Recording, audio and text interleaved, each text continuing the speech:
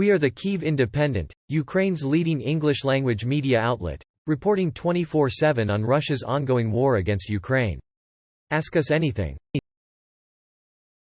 The Kyiv Independent was founded by the former editorial team of the Kyiv Post, 30 journalists and editors who were fired in November last year by the newspaper's owner for defending editorial independence.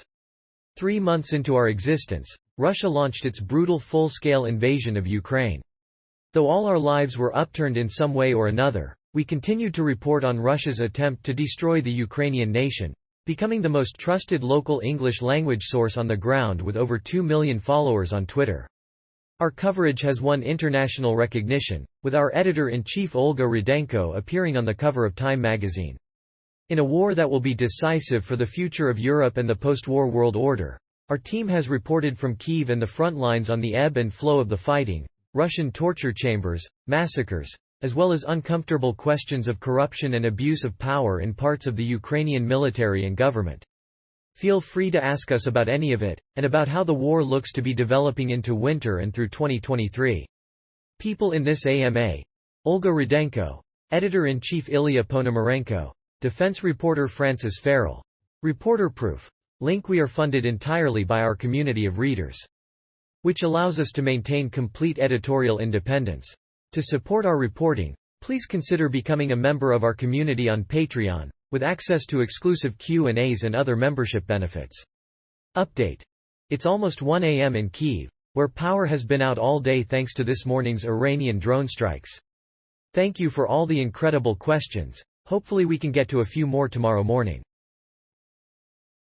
Realistically, how close is Russia past the tipping point of losing? Every day I read reports like they've used 80% of their cruise missile inventory, or they lost 3 more ammo depots over the weekend. Every weekend. Or bringing out tanks from storage that were outdated even 20 years ago. These all sound like significant blows to their operational capability. How much gas left in the tank do they really have?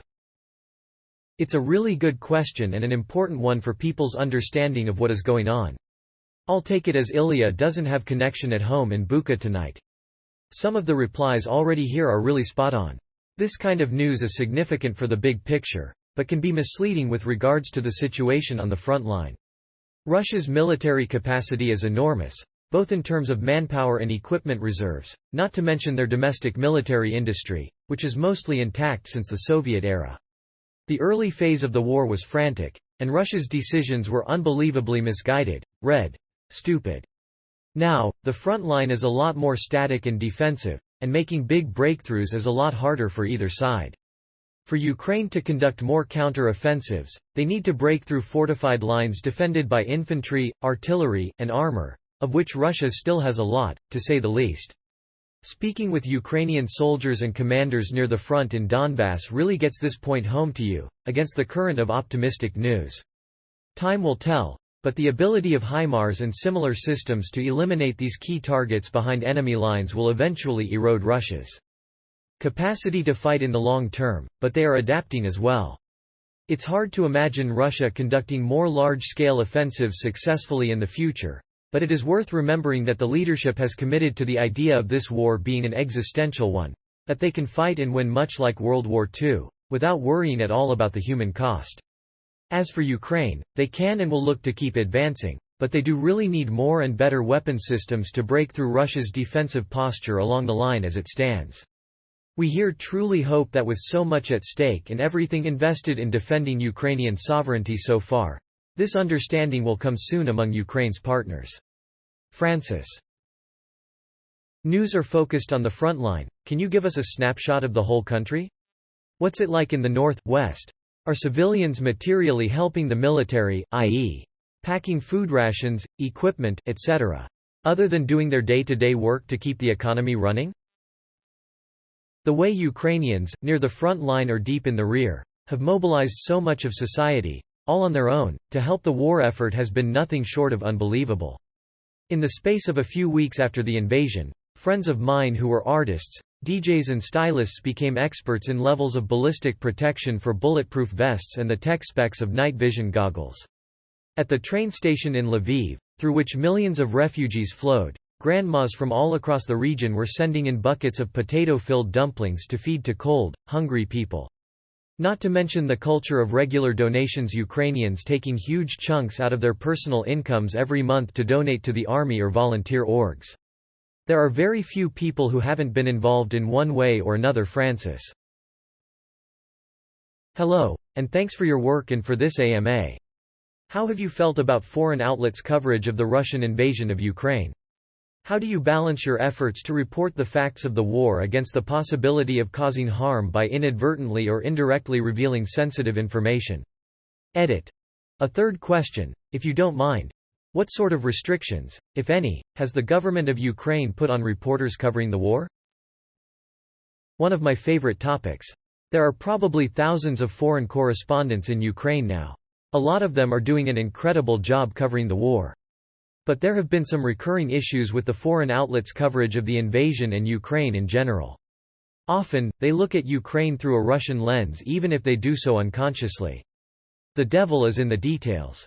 When you headline your report, "Russia loses territory in Kherson Oblast," it implies that Russia had territory in Kherson Oblast, which it didn't. Kherson Oblast is a part of Ukraine.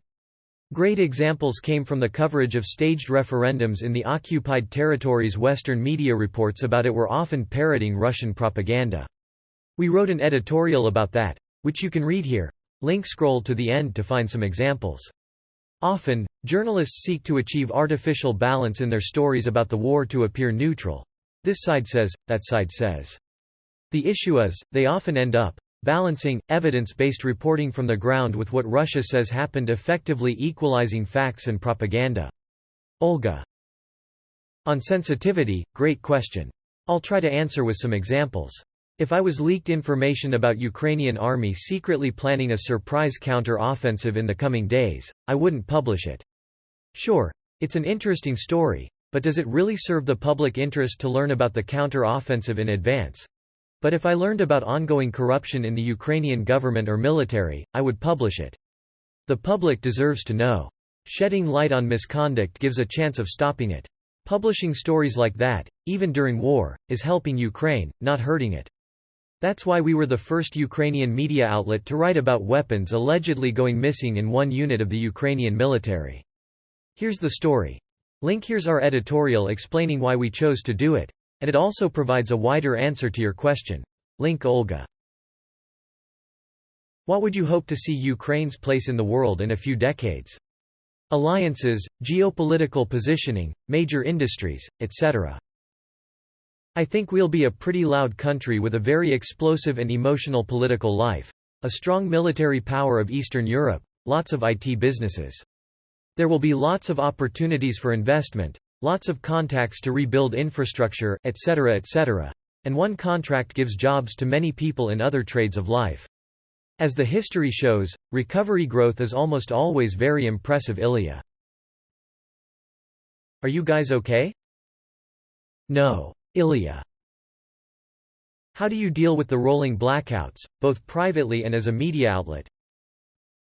As regular people, we buy certain equipment for our home such as gas stoves, power stations, batteries, and also make sure all our devices are always charged. And it's useful that you know where you can get electricity or where you can stay and work, gas stations, cafes, co-working spaces. As a company, we have purchased useful things like high-capacity power stations to keep working at our office all the time, also stocked up on food, fresh water, candies, in case of long blackout. Our guys are also working on the option of renting apartments abroad so that journalists could relocate and keep the Kyiv website rolling. Ilya. Do you think once the war ends there will be a border similar to North and South Korea? This is possible, but not very likely. All actors, except for Putin at this very moment, are very interested in getting back at least to the status quo of Feb 23, 2022, or even 1991. And those interested in this are clearly stronger than Putin. Ilya. Hi, first of all, I hope you guys are okay, and that this war will end with peace and justice for Ukraine. In Denmark today, our main news on the war is that one of our most significant and experienced journalists for Danish state TV, Matilda Kimmer, has been banned by Ukrainian intelligence services, SBU, to act as a journalist in your country. The reason being they accuse her of creating Soviet propaganda. The funny thing being, she has also been banned from Russia on similar accusations with opposite ends. What is your take on freedom of speech in Ukraine during this war, and on the story of banned Western journalists? Hi. Thank you for your support. I hadn't heard about Kimmer's case before, but according to a link that another commenter provided, it seems like she had illegally visited not only occupied Crimea in 2015, but also occupied Donetsk in 2017, 3 years after the war there began, and after the Russian proxies there had stopped letting in almost all reputable Western journalists. She might have some explanation for that, but I can't stress enough how seriously this is taken in Ukraine, especially during this war for the nation's very survival. Ukraine has handed out accreditations to over 10,000 journalists since the start of the war, but having those working who have illegally worked on the occupied territories is considered a very real security threat. Francis. What can everyday people in NATO countries do to help Ukraine and its citizens? Demanding that your politicians support providing Ukraine with defense aid, donating to Ukrainian charities, helping share information on the Russian war, etc. etc. etc. Ilya. 97% of Ukrainians have recently said in a poll they are totally sure the Ukrainian military will win this war. There's very strong unity regarding the war's desired outcome because Russia has done everything possible to prove it that surrender or a deal is absolutely not an option. Ilya. Not likely. Their military is very weak, and now it's even weaker as it has transferred lots of armored vehicles and mutinins to Russia to compensate for their dire losses in Ukraine. It's a very low-quality force that has very low motivation, and according to our sources from March, has once refused to attacking Ukraine. Such an event would definitely be an escalation, but it still doesn't trigger NATO's direct involvement. Why fight if Ukraine can do this with Western aid? Ilya.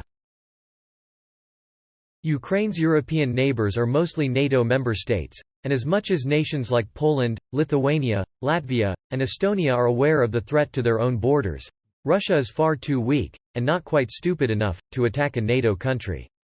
But, these countries do indeed remember their history of Russian occupation very well. That is why they are donating huge amounts, proportional to the size of their military, of equipment to Ukraine. Poland has sent hundreds of tanks alone. Ukraine has made it clear that they are ready to do the fighting on their own, they just need the tools to do the job. Francis.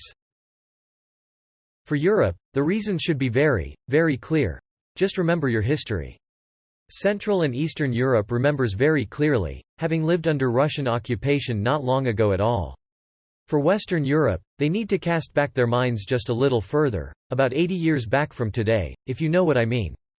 Putinist Russia fills all academic criteria of a truly fascist nation, a totalitarian state that attacks neighbors for the purpose of conquest and subjugation of other peoples, and one that encourages a culture of glorifying violent aggression.